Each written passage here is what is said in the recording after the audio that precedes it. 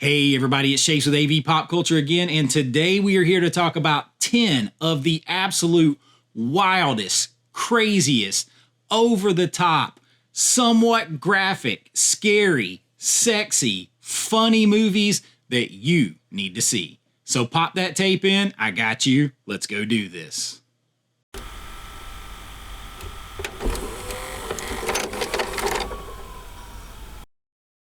All right, so this list is absolutely bonkers. I mean bonkers. It's kind of all over the place.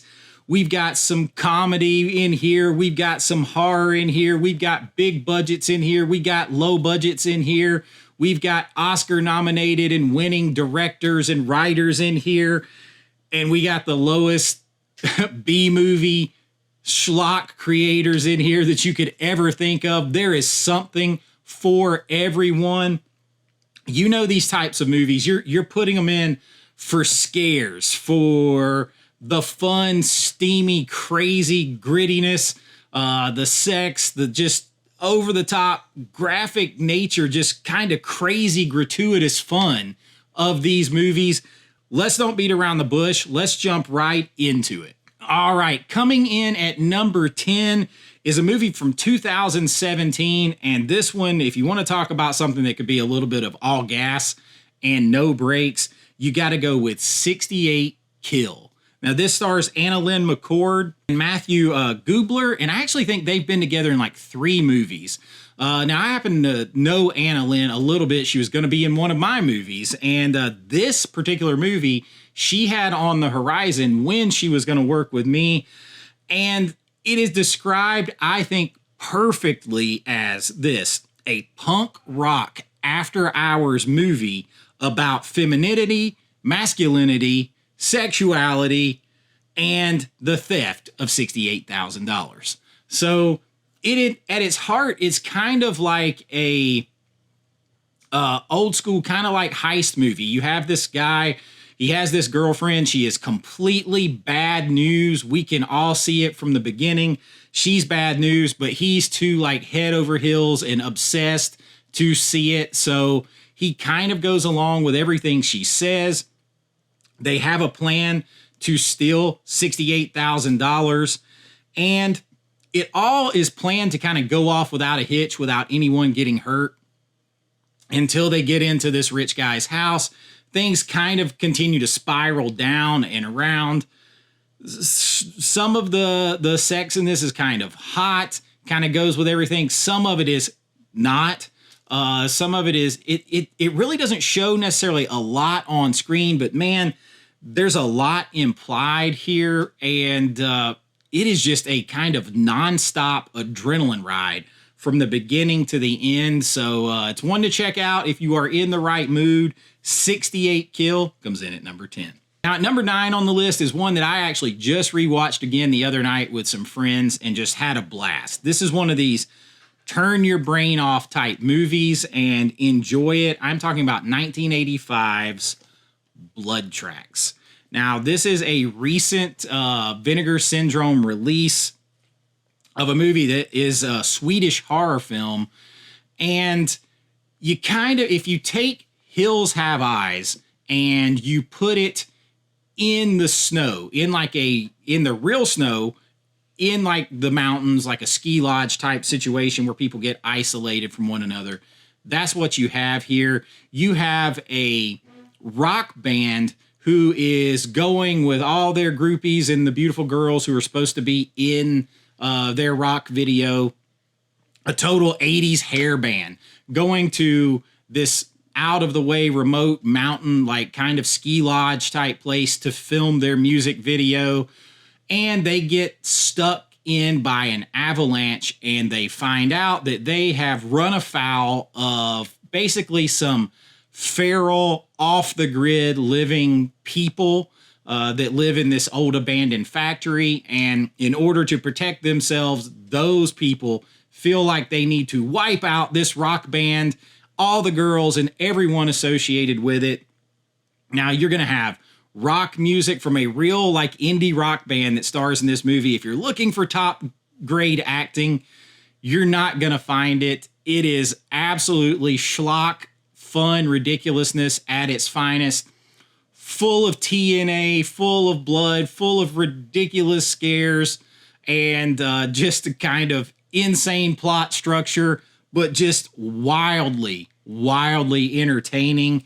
I mean, they're really out in the snow in this, and the band and the girls are in next to nothing or in nothing a lot of the time.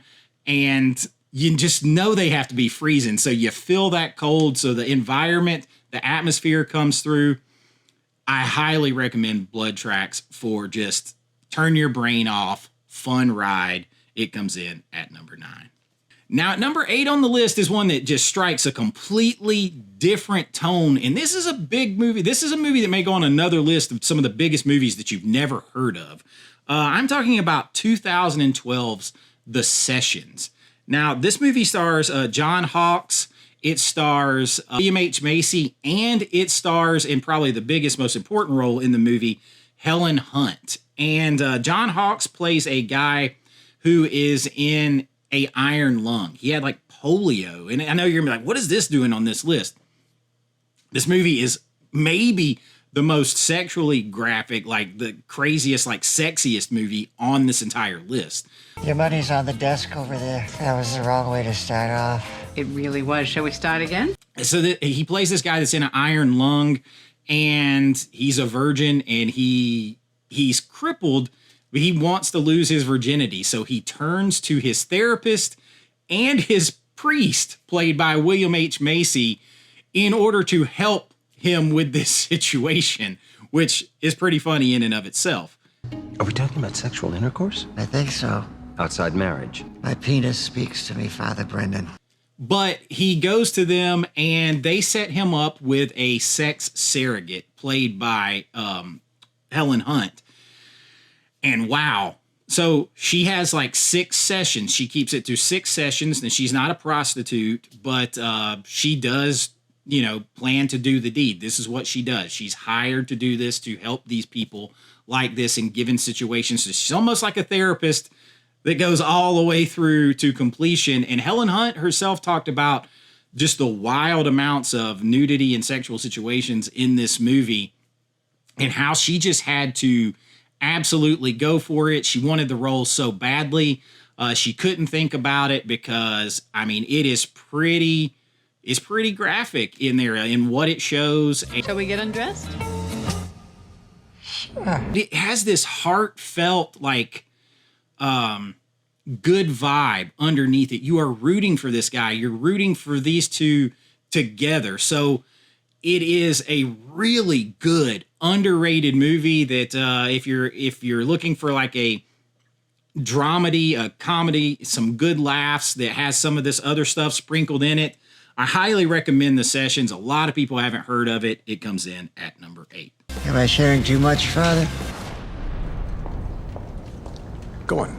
Now, at number 7 on my list is an absolutely just sleazy giallo film. And I tell people I bought an entire set from Vinegar Syndrome for this movie. I'm talking about 1989's Arabella Black Angel. So Arabella Black Angel is a giallo film, and man, is it twisted. Man, is it a little bit sleazy. So in this movie, Arabella plays basically a nymphomaniac who is married to a writer who has been injured, and he's at least temporarily in a wheelchair. And he's not like permanently injured, but let's just say it hampers his ability to keep up with her. And she finds herself frequenting clubs and orgies, all kinds of stuff, and just kind of stalking things out. And she begins a affair with a guy, and her husband catches her and sees her. And suddenly, out of nowhere, this thing takes a twist. And I'm not giving this away because it's in the trailer. She kills her lover. And it turns out, however, that her husband is very into watching these things with her, and he encourages more trysts outside of their marriage so that he can watch and they can discuss it and he can write about it in his book. Now, while this is going on, there's also apparently maybe another killer that is taking people out that attend these type of parties and things like this. The guy's mother is kind of on the outside looking in, trying to figure out what's going on here too. This is very crazy with a lot of different storylines. It is subtitled, so you'll have to deal with some subtitles there. I do think there's a dub track as well, depending on where you find it. Man, it is twisted, and it has a twist that you don't see coming at the end. It is the sleaziest of Giallo films. It is an absolute ridiculous ride. I recommend Arabella Black Angel if you are in the mood for that. It won't miss. It comes in at number 7. Now at number 6, we're going to jump over to the horror genre a little bit, and this is one that was made famous by a TV show that covered the making of this film back in 2005. I am talking about Feast. You can see I have I bought this thing used many years ago at a Blockbuster Video. I still have the DVD of the unrated cut. This film was done by John Gulager, who won, if I'm not mistaken, a contest on Project Greenlight that was done by Matt Damon, Ben Affleck, and Chris Moore. And Wes Craven was involved in this too. And they had to make a genre film. And they make this ridiculous, just crazy movie that is super high energy, just kind of sleazy and like very B movie, like as far as blood splatter and monster creation. So you got a good creature feature here with a very simple premise. This motley crew of people. You have Balthazar Getty in here. You have Krista Allen in here. You have all of these people in this bar, this just motley crew of people, Harley Mom, Tuffy, all these crazy names for these people. They're in this bar and they're beset upon by these just crazy monsters that are attacking this bar, and they have to try to survive. You have a quick appearance by Eric Dane in here. He's going to play the hero, and maybe that doesn't work out too well. But you have people getting up to all kinds of shenanigans. Henry Rollins is in this movie. As they're also trying to survive the night, people have just all kinds of different things going on, different threads. And you, at points, they're so seedy inside this place that you kind of forget that there's monsters out there. But you even have a monster scene with two monsters getting it on. This movie is crazy. It's absolutely crazy. And you get the whole making of if you grab this on physical media, but you can find it out there if you want to try before you buy. Just an absolute wild, crazy creature feature, sleazy ride with a lot of adrenaline is Feast. Pretty high octane. It comes in at number 6. Now at number 5 on our list is what I hesitate to call a women in prison movie from the 70s, but that's kind of what it is. It's from 1972, and it stars Phyllis Davis. I'm talking about Sweet Sugar. This is another Vinegar Syndrome release. Now, you can find this on like some streaming services and everything else, but this, of course, is a better quality because it's on physical media. But Sugar is a prostitute, and she kind of gets almost shanghaied by corrupt politicians, and she is sort of sentenced to work on this chain gang, essentially on a sugar plantation. And she has to join this chain gang that is owned and operated on this plantation by a guy named Dr. John, who is running experiments, let's just say, on the people on his plantation, whether they be women or men. He is kind of messed up, but they're definitely cruel experiments. And Sugar and others, they have to decide if they got to try to escape. Now, this is definitely has the women in prison vibe to it, but it also has a little bit more comedy elements to it. Definitely, it's very grindhousey, very, very grindhouse. That's a very good word for this movie.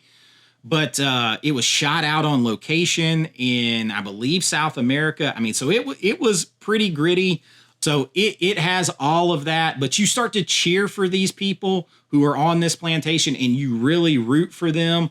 It has all that grindhouse type 70s action that you expect, that whole look to it. So this movie is it's a vibe. It's a 70s drive-in grindhousey vibe all the way. That's what earns it its spot on this list. Sweet Sugar coming in at number 5. This might be a good time to say, while this might be a list of recommendations, I do not necessarily vouch for how good all these movies are. They check a box for this type of film on this list that fits if you're in this type of mood. They fit the description. I say that all because my number 4 film on this list is from 2013, and it's called Nurse, or in some cases, Nurse 3D, because they had a 3D aspect to this. And you're going to get some recognizable faces in here. Kathleen Turner's in this movie. Judd Nelson's in this movie. He plays a doctor, and they're much more minor roles in this. Katrina Bowden is one of the stars in this, but the main star is the crazy nurse, Abby Russell. And by day, she is like the model nurse, right? She's like a great nurse. Katrina Bowden is kind of aspiring, like the new nurses as they graduate and become nurses, they're aspiring to be like her. But she's pretty twisted. And at night, like kind of by night, she is basically using her sexuality to lure men in and then say, "Ha, you're a cheater," and kill them. So she's pretty twisted. She kind of like, it's almost like an entrapment in some ways, the way she does this stuff. Now, a lot of this movie, I'm not going to lie, it's very satirical. Like, we're talking Paul Verhoeven levels of satire if you really look at it right. I mean, these nurses, they're scantily clad. They're always like, they have like sexy lingerie under their nurse's uniform, because why wouldn't they, right? But there's definitely moments where if you're a Verhoeven fan, you're going to feel like Verhoeven as far as the satire goes on this. But Katrina Bowden's character maybe begins to suspect the main nurse is running afoul here, but she is kind of, Abby is kind of obsessed with Katrina Bowden, like sexually and just all the way around, and brings her into a setup. I'm telling you guys, I can't even, there's so many threads. It is completely crazy, and you've got scantily clad nurses running around. You've got horror elements. You've got erotic thriller elements. You've got heavy satire here. It's an experience. It's an experience. So Nurse 3D, or just Nurse, depending on where you find it, comes in on our list at number 4. Just remember what I said. And I'm going to reiterate that this list is not full of great films necessarily. Some of them are. Some of them are. Some of them aren't. Number 3 on the list falls into the, well, let's just say this. I think this movie has a 0 on Rotten Tomatoes. So I'm just going to go ahead and tell you that right now. I'm talking about 2002's Killing Me Softly. Now, this stars of Joseph Fiennes and Heather Graham. Heather Graham, I love Heather Graham. I always have. Going back to Twins. Like, people forget that she was in Twins when she was like 17, 18 years old. And I've always thought she was beautiful. I love everything she does, whether she's in Boogie Nights or Bowfinger or Suitable Flesh or whatever. I'm a fan of Heather Graham. And Heather Graham has famously, throughout her career, she's just gone for it. She is not afraid to do very sexually charged, nudity-driven roles. And I just respect the hell out of that, because I personally know how hard that is to do. But in this movie, she plays a young American woman who is living in London, and she begins this very hot, very torrid, very kinky affair with like this handsome stranger played by Joseph Fiennes. But in sort of like almost erotic thriller fashion, he's hiding a dark past. Now, look, as you uncover the different twists and things like that in this movie, you realize that the movie is really held together by the sexual content, the sexuality, the hot, steamy scenes. In fact, too, I so respect Heather Graham. Like, the story is on this that she's just not into, like, she really goes for these roles. Like, Joseph Fiennes was talking about how, and so was Heather Graham, that she passes on what they call like the modesty pouch. This is like a thing that kind of covers area when you're doing these scenes to, you know, in case you don't want to touch someone else or have, you know, your certain areas touch someone else, or you don't want them accidentally caught on camera. She doesn't care. She's like, that distracts from what I'm doing here. It distracts from the role. So when you see it, she's going for it. And man, as a director, as someone who's been an actor, all that, I have mad respect for that. So that kicks it up a level for me. The movie is very erotically charged. You got twists and turns. I'm not saying it's a good movie, but it 100% fits on this list. Check it out if you are in the mood. Killing Me Softly from 2002 comes in at number 3 on this list. All right, before we get to number 2 and number 1 on this list, I am going to throw at you a literal honorable mention here. And this is one I'm very partial to because I wrote it, I made it, I was in it. When you talk about like old school, like early 80s drive-in slasher grindhouse movies with a little bit of found footage flair for some realism, talk about my movie here, Realm of Souls. Now, I normally don't pitch my own movies on any list, but I'm pretty sure you can still find this out there. You can get the DVD copy, but you can also find it on like some streaming, like maybe Freevee, Tubi, at least until I get the rest of the rights back. But look, y'all, Geek Fantasy Magazine, right off the rip, said this movie is gratuitous and gritty. So this is a story. It's partly found footage, partly traditional, you know, filming style. And a group of people are ghost hunters, and they're going to different famous ghost, you know, haunted locations. And they go to one and they disappear. And so another group led by one of the characters, brother's character I play, my group disappears, and my brother and our friends come to try to find us. And when they do, they kind of find some cameras. They piece together what happened. You've got all kinds of monsters. You've got all kinds of real locations that are famously haunted. You've got demons. You've got ghosts. You've got slasher elements. You've got possession elements. Man, is it a crazy ride here. A grindhouse horror with a little found footage thrown in. That's the best way I can describe it. Gratuitous and gritty, right there. Stabbing good entertainment. So check it out. There's your boy right here.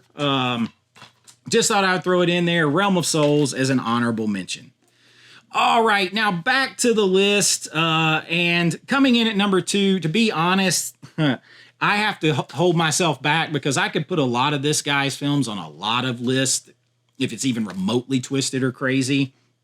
But I recently just watched this movie for the first time, and I think you need to watch it. I am talking about 1997's Lost Highway by the late, great David Lynch. Wow. Okay.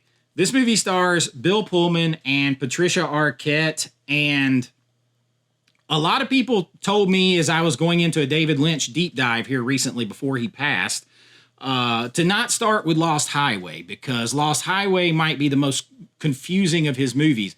Interestingly enough, I maybe found it one of the most straightforward of his movies. But wow, is this movie perfect for this category. Not only does it have a lot of sex and violence, and it is very twisted and crazy. You have Patricia Arquette is married to Bill Pullman, who is a saxophonist. He's a musician. And they discover that someone is coming into their house and videotaping them while they sleep, while they have sex. Anything else, they're videotaping them and leaving the videotapes behind for them to find.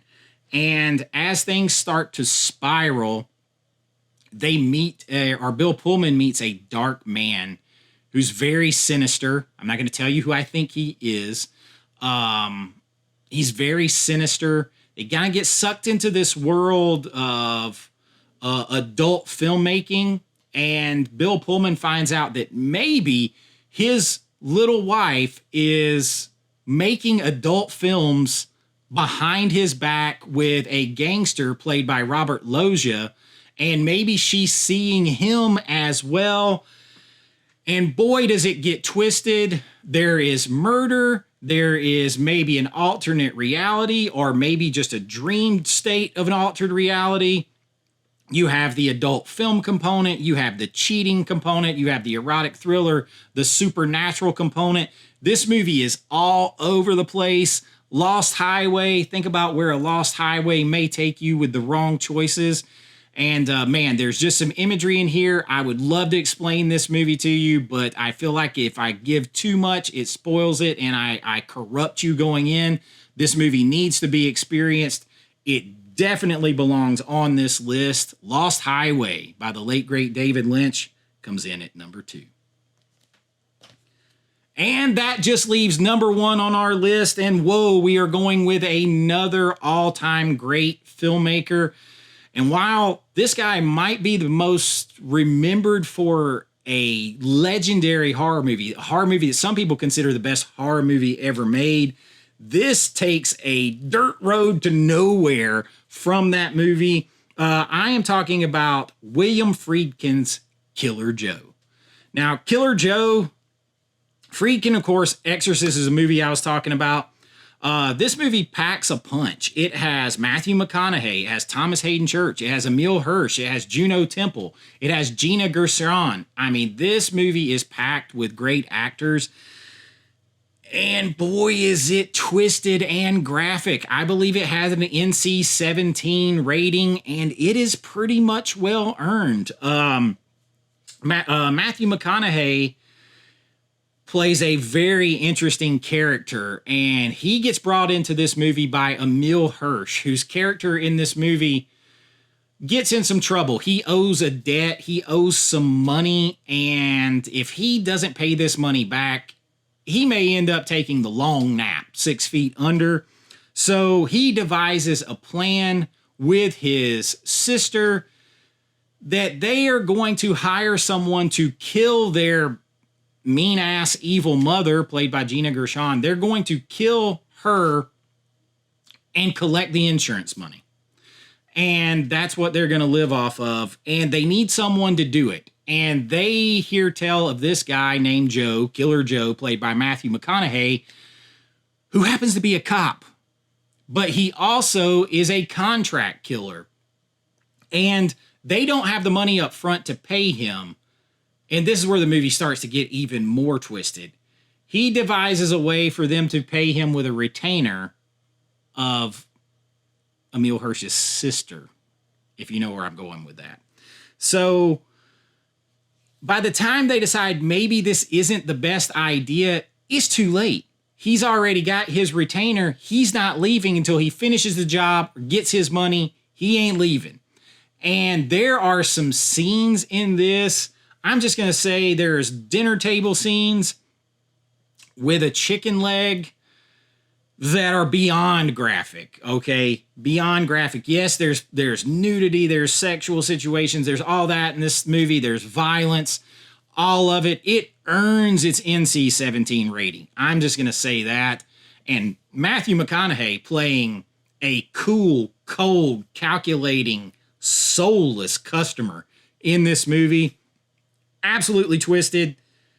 Just, I don't even know where to begin.